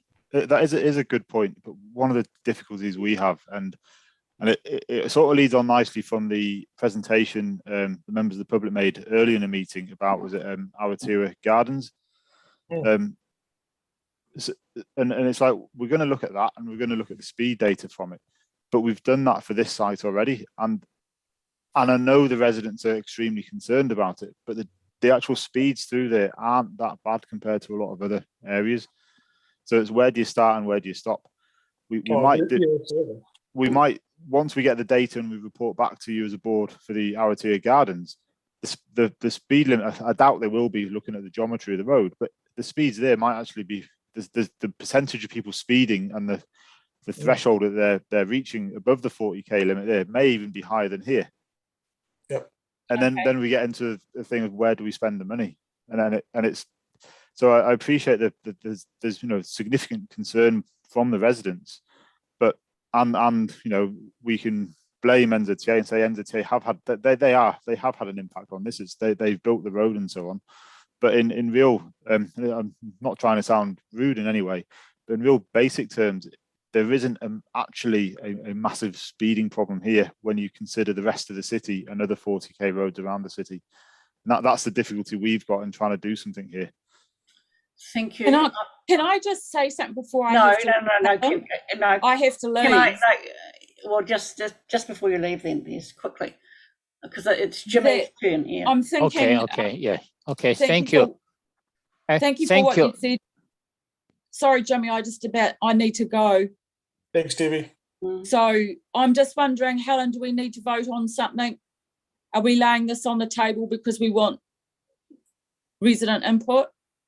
I'm open to what, once we come out of so the report has already been received, so it can't be laid on the table now. So basically we can come out of no standing orders, if you like, and move a resolution. But it looks as though the board at this stage doesn't want to proceed with any of the options, but wants consultation with residents and further discussion, something along those lines. I'm happy with that, but I must go. Yeah. So thank you very much, everybody, for your input. Okay. Thanks. Good night. Thanks, Deb. Bye-bye. Okay, Debbie. Jimmy, thank you. Okay, thank you, Chair. I have two questions I'd like to ask Star. First one, today we received the report, and this report covered 5 options, and also the staff, interpret each option. That's very pretty good. But I would like to know what's the next step, particularly if we review those paragraph 6, receive report, but before, above the staff particularly mentioned, next time will be do the further detailed design and implementation. So I just want to know, because today we have not yet make the decision, in favor of the stuff like option 1 and option 4. But to me, it's like very reasonable, we can approve, etc. But today we didn't. We just received report. So next time the staff will present the maybe slightly minor amendment to the community board. Then we make a decision which option. Am I right? What's the next step? I think you're almost right there, Councillor Chen. What we want to do really, we want to move this forward just as much as anybody else, because it has been kicking around for quite a long time now. Yes. What we were sort of intending from this today is to get agreement from yourselves, and I don't know how formal that is. That's for somebody else to advise on how we do that formally. For then us to actually go away and develop a detailed design, get stuff drawn up, and do the formal consultation needed to enable the legalization through community board approval of any traffic controls. We doing that for every option wouldn't lead to a massive report. That's why we just want to discuss the options, get a feel from you as a board, and I appreciate the views around getting the residents involved in terms of what options are feasible. Some of these options aren't particularly feasible unless we get more money. What options are feasible, and what options are you as a board willing to accept as mitigation to the concerns raised here? Then we can go away, do any further design work, and then bring a decision report asking for a decision to be made. And part of that decision report would involve consultation, as with any other decision report we do. Yeah, but to me, it's reasonable regarding to your report. But I just want to know whether, based on your reply to answer the community board questions, whether you can, how do I say, is to quantify scoring the like option 1 and 4, this package, option 2, 3, and 4, whether can meet those safety issue. This kind of can meet all those kind of safety standard, and this why not? We can go ahead. This is my view. Whether you can quantify or scoring the options. So in terms of the safety impact, and just leading on from what I was discussing earlier, there isn't. People are going above the speed limit, granted, particularly prior to the existing raised table. But once they get to the raised table and beyond that, the speeds are actually in line with other 40Ks around the city. So there's not a the speeding problem here isn't that. It isn't worse than lots of other areas, and I know that's no excuse for not doing anything. But we're just trying to put it into. I know, and I'm trying to keep it within. I appreciate her concerns, but it's just trying to put it in context with a wider area that we have to try and keep safe. So there isn't actually a massive real issue, and again, I know that would probably offend some people by saying that, so that's not my intention. But in terms of the treatment measures. The first option with the lane narrowing and the red surface treatment and the 40K paint on the road, that is going to have an impact. It's going to forewarn people sooner, or it's going to draw more attention to the fact you're entering a 40K. Whereas at the moment there's a sign, and it's relatively fast. You drive around that corner, you see the sign, and people probably they slow down more gradually. Where having that treatment at that gateway point will actually encourage people to slow down sooner. So that is quite a good option. That's probably one of my when you're talking within the budgets that we're sort of talking about, that's probably one of the best options. The best option, and without doubt, for slowing people down is the speed humps. There's no dispute. The speed humps are going to slow people down. But again, there's a big cost there, and the danger we put in. The danger we have when we do treatments that are slightly out of context, and they would be out of context in that area, is that we're probably going to get loads of people asking for speed humps in their residential streets where there is actually housing and so on. And it's hard to justify saying no to those people when we've put speed humps on the area outside of the residential area. I see. And that's one of the other difficulties that we have as staff is actually trying to treat everywhere relatively fairly. And what we do in one area, there will be repercussions for everywhere else, because people will see that we've done it and say, oh, well, we want that now. And we do only have a finite budget. So it's just trying to manage that fairly. Okay, look, I just wonder if I can... Okay, thank you. Thank you for your answer. Thank you, Jimmy. Ask for Anne's questions. Thank you. Kia ora, and thank you, Stephen, for your comments there. I think they're really helpful. I guess I'm wondering how much money is in the minor safety interventions budget. Are you able to give us some idea about that, which is where this money's coming from? Yeah, so the minor safety interventions budget, there's around 300k. Right. Most of that has already been allocated for this year, and there's not much of it left unallocated. So that's where it's coming from. And that's a fund that covers the whole city? It is, yes. Yep. Yeah. So as you've said, there are areas that have got probably more pressing need in terms of treatment than what we're looking at here, given the results of all the work that staff have done in assessing the information. That's correct, yeah. Right.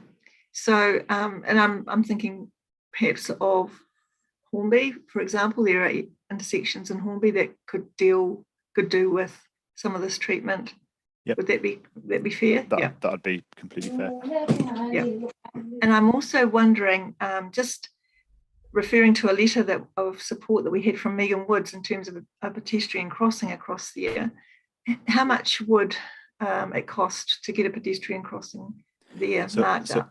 So a signalised crossing. So if you wanted a signalised crossing, just not a signalised. Sorry, a zebra crossing. Yeah. So just the white marks. Yeah, or even a red one, as in this road, I believe it is. You're probably looking at anything above 50k to 70k. Okay. Yeah. Okay. Thank you. Now, Mark's got another question, and then we'll kind of wind things up for the evening. So, Mark. Yeah, I mean, it's incredibly frustrating that we've built this thing and haven't done it right the first time. I'm looking at the options that you've suggested, options 1 and 4, and I can surmise out of your selection of those that it's purely down to that $10,000 budget you've mentioned. Is there enough possibility that we could say, look at options 1 and 2 and say, look, those would get better bang for the buck, whereas I think wasting $3,500 on 2 extra signs to gate the ramp is just crazy. Would be far better off to find an extra 5,000 and stretch 15,000 as the total budget and say, let's paint the red surface on the ramps to make them more visible and do the entry 40Ks narrowing and flush median. Is there a possibility that we could end up in that sort of option selection? There is, and these costs are per option. So if you look to combine options, there will be a saving because the contractors are already going to be on site, and that's particularly important for the red surfacing because you get a rate per metre squared for the red surfacing, but that rate decreases with the more you do, if that makes sense. Yep. So we could look at that as an option, and we would support doing something along those lines. To me, that makes a lot more sense than going for a couple of spare signs that, again, people will ignore because it's just a sign. Yeah.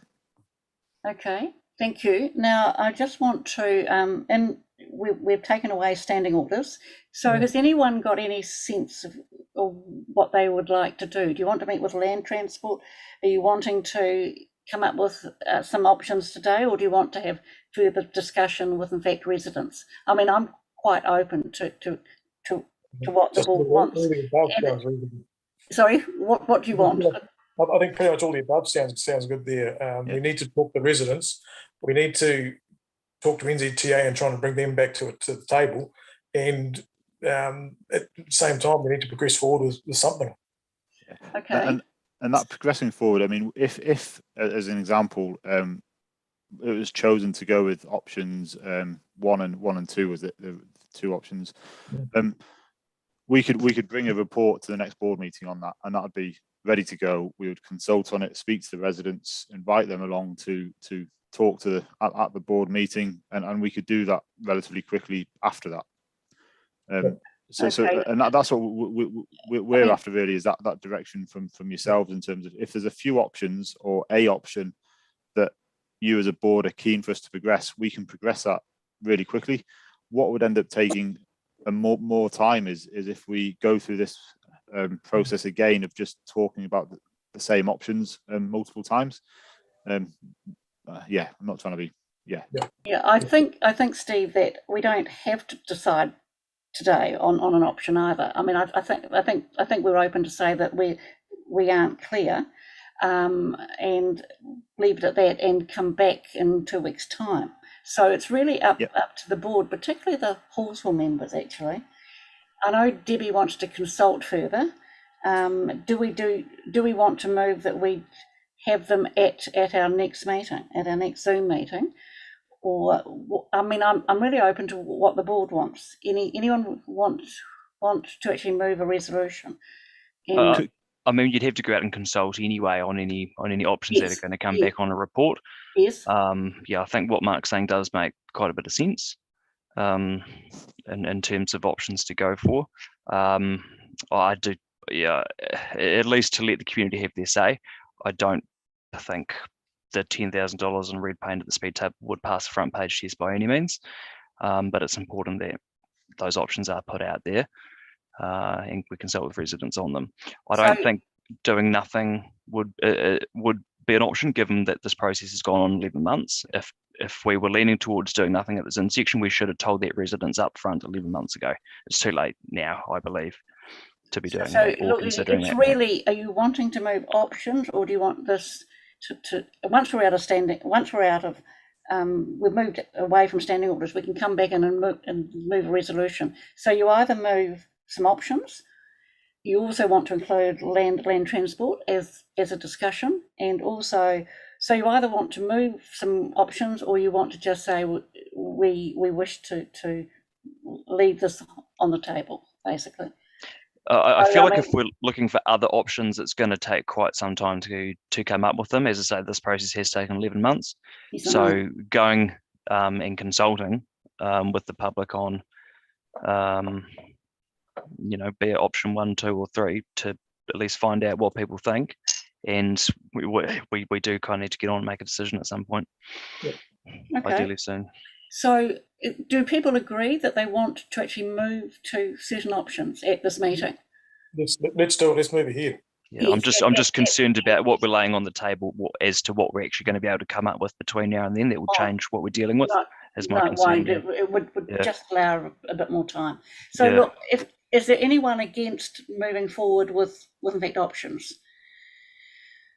No? Okay. So look, we'll come out of standing orders. We'll come out of this informal chat.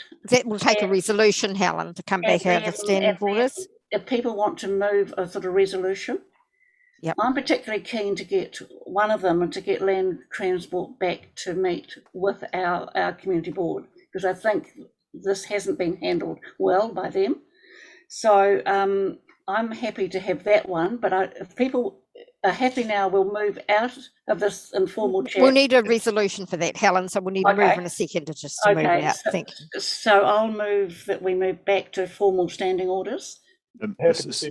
A seconder. Thank you. All those in favour say aye. Aye. Aye. Against? Carried. Now I'm just open to a resolution now. Formal resolution. I can just point out there's a suggested resolution on the screen. Now I just put some words together based on what the staff recommendation but it's a starting point, so you can swap over any of those options you like. I can't remember which one I've put in, the flush median and the red background, but we could swap in any of the options you preferred. And Faye, would you put down to that the board requests that land transport come and discuss the issue with? Well, we can't make a request of NZTA, but we could ask that staff. Well, we can ask through staff that NZTA meet formally with the board, and it's formally, I think. Not sure about that. No. Look, we've done this before. If they wished to actually say no, which they did to. Well, we could put the board invites. Invites. NZTA, or what their name is now, to come and meet with the board regarding the work, the overall project, I think. So, Dorella, can you bring those words up? Are they the ones on the run sheet? If you just give us a minute, we'll bring those words up for you to look at and swap in or consider which options you want to include in there, and I'll add a few others in. It's definitely important we try and meet with Waka Kotahi at some point. Yeah, we'll Or at least try. That And might. at the very least, the staff can work with Waka Kotahi in the background to discuss the options of bringing them back to help pay for some of this would be useful. It'll be good. Yes, I'm comfortable with that, Mark. I think I heard Stephen sort of stress about that. Yes. So if I put something Okay. So now I can't see this. So Faye, if I think we're just bringing it up now. You'd read it out. Okay. Well, if you tell me first which options you want. So Well, I've got the words I put together. I I'll- only did it before the meeting, so it is. I've put the words: board requests that staff prepare and present to the board for consideration a design for safety improvements on Richmond Avenue, including a flush median along the curve section of Richmond Ave where the speed limit reduces to 40k and a red background to the 40k per hour and additional speed table warning signs. Now, I think from what I've heard, you don't want some of those words in. You want others around other options. Is that right? I wouldn't be comfortable with the $3,500 for 2 speed hump signs. It's just there's no way I could support that. No. So we want to take out the additional speed table warning signs. Yeah, Definitely. Yep. And Okay. just substitute in there the option 2, red surfacing on the ramps. Just a second.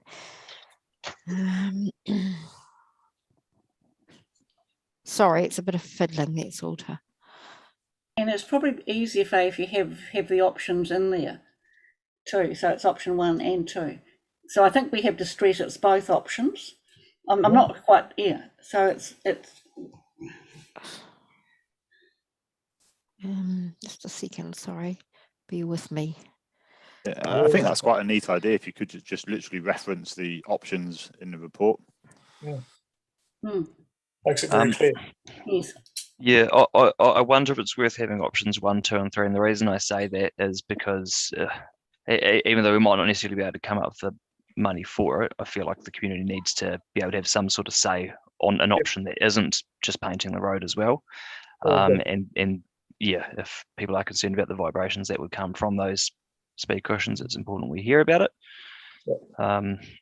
And I guess with including options 1, 2, and 3, that's where bringing NZTA back to help fund it really comes into play. Yeah, but at least then we would know that we've consulted on, you know, some differing options and being really upfront and clear about what the costs are as well. So, you know, ratepayers know exactly what we're working with and how the costs are made up. Thank you. Good work on that. I don't know, that makes sense to me.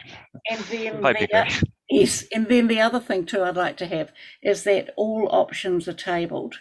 So while we're preferring this one, whichever numbers they are, we table all the options presented, as so that if people do want to go with the other options, it's possible.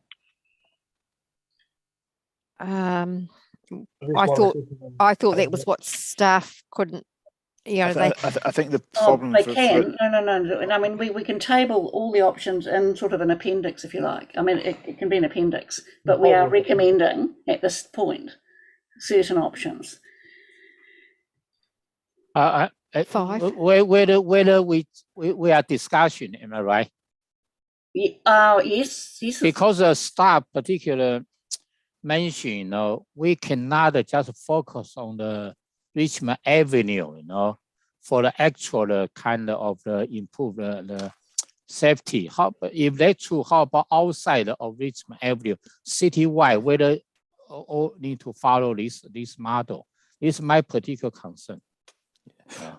I think we've had particular problems here. From when I did research on it ages ago, NZTA got it wrong in my view, and then we kind of let it through as a council.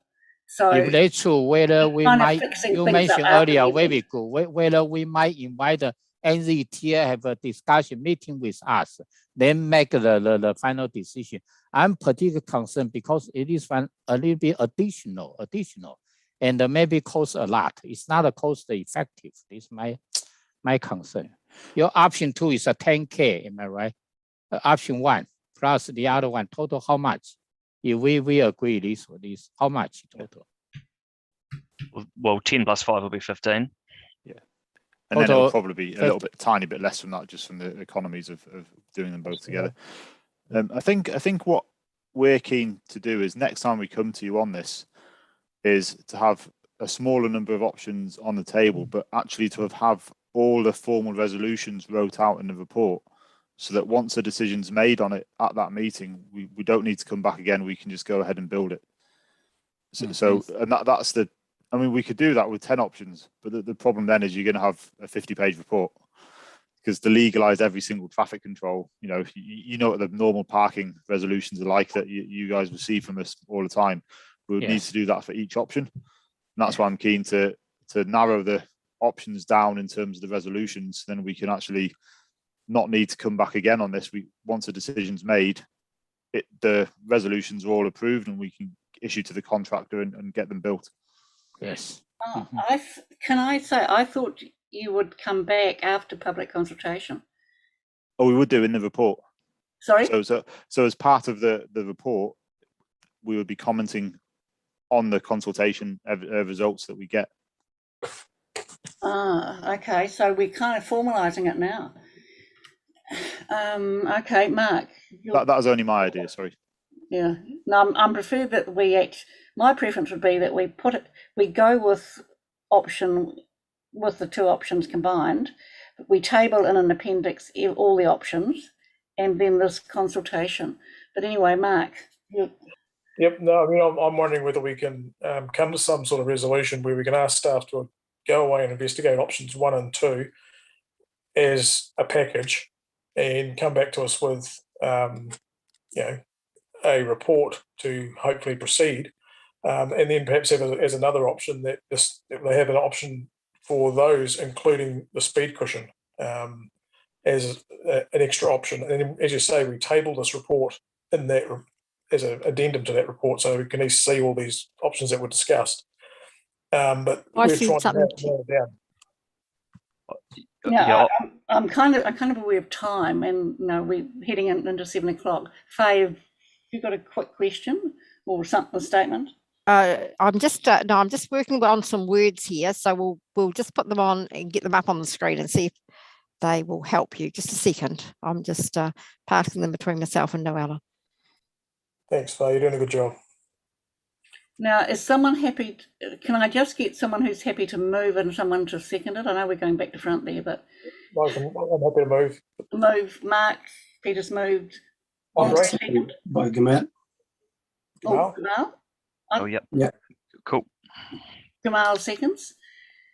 And you will put in favour that we try and organise a meeting with land transport. Yeah.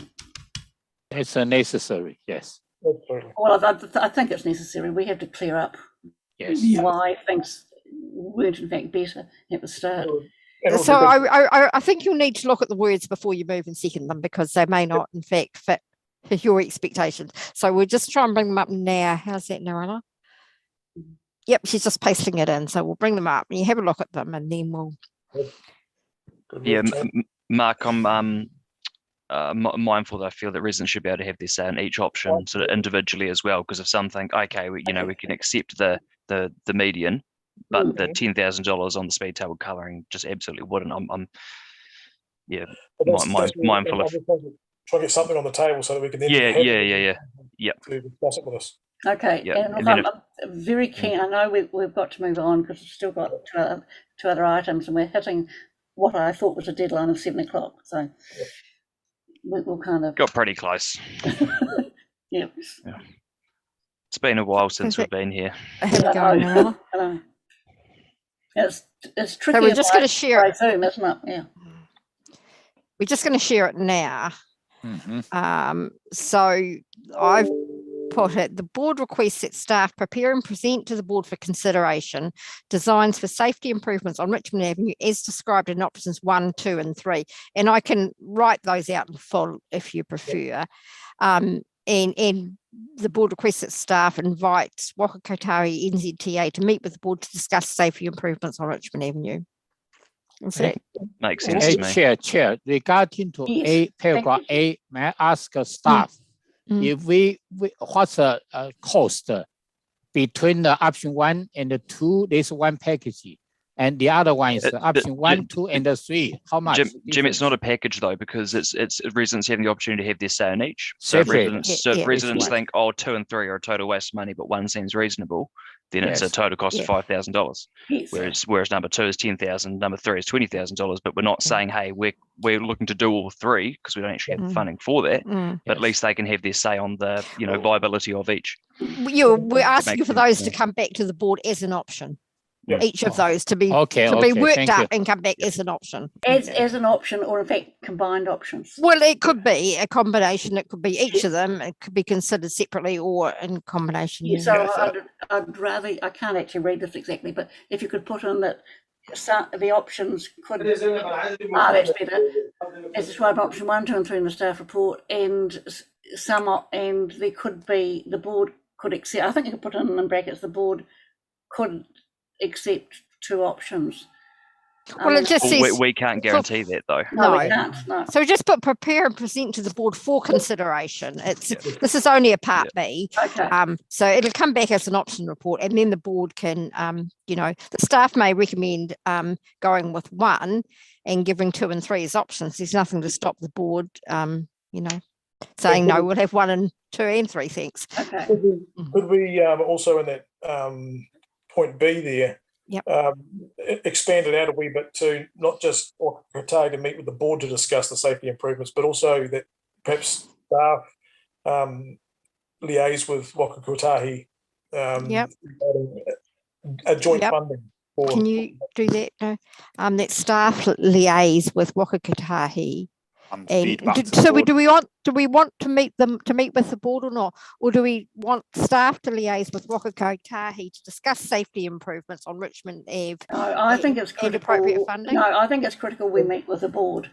We actually meet with them because we've been down this path before, and I think they need to come because I really want to ask them how this actually developed. Yeah, I mean, and they have some, on my view, there's some responsibility to make things right.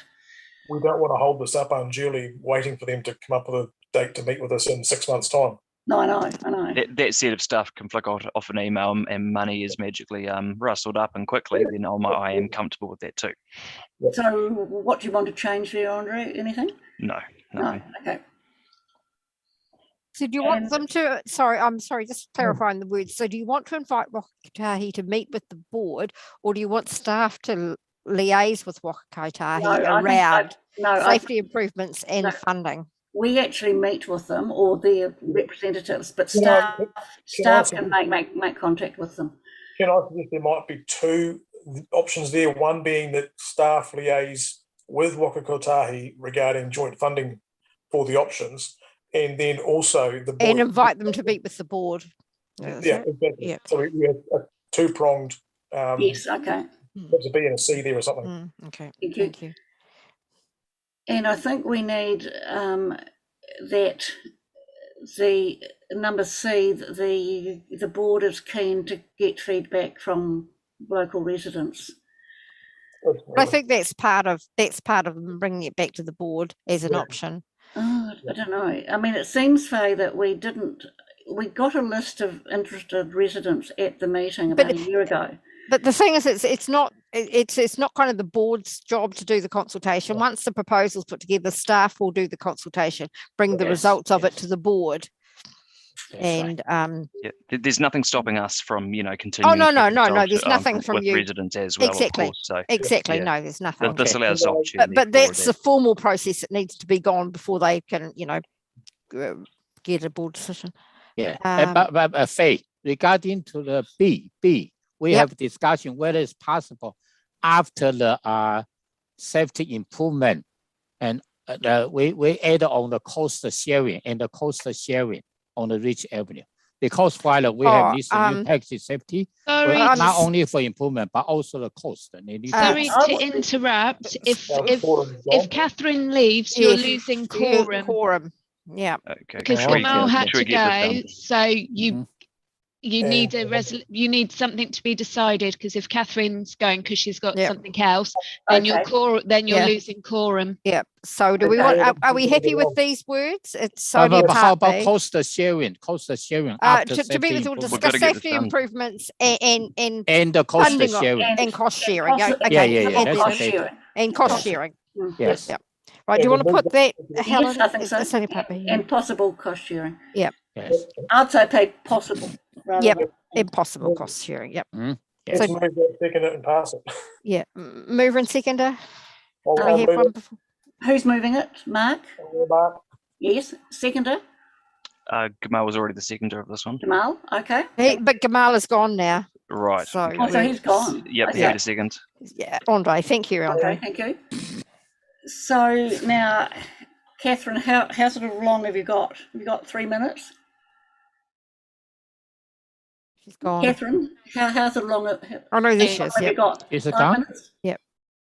So we now we are pouring or under. Are you going to put the resolution, Helen? Put the resolution. Yep. Yes, I just wanted to check if Catherine's staying for at least 5 minutes. That's all. I'll stay for this, Helen. Okay. So we've got a resolution there, put by Mark, seconded Andre. Any discussion? Okay, I'll put that resolution. All those in favour say aye. Aye. Aye. Against? Carried. Thank you. That's great. Thank you. Okay. So we haven't gotten back to quorum now. Does that mean we can't do elected members exchange? We can do it. We probably can actually, Faye. What's the meeting will close. No, so the I think this is the second or third time we'll be left without a quorum to not be able to do elected members exchange, and it's that we've moved our community board meetings from 4 to 5. If the times aren't working, we need to relook at that. Or if people have to leave by a certain time, it's important I feel that they're letting the chair know, so we know exactly what time we've got to work with. Because we need the opportunity to be doing elected members exchange. This is the first time we've been here since December last year. Yes. And I happen to have 5 pieces of information I really needed to share in elected members exchange. I'm not able to do so. Can I just clarify that? Also, the area report hasn't been done. In the area report. So, Emma, are we able to share information or not? No, the can't. meeting's closed. Okay. Yep. So we'll just have to say that the sort of meeting is closed. Closed for want of quorum. Yes, because of sort of a quorum, and I've got information that I want to get approval for, so I'll email it round. It's fairly minor. So if anyone's got information that they want feedback on, perhaps if you email it, and other than that, I'll have to declare the meeting closed. Okay. Thank you, Helen. Generally speaking, you've done a great job. But yeah, all the Zoom meeting, actually the 2 hours. Am I right?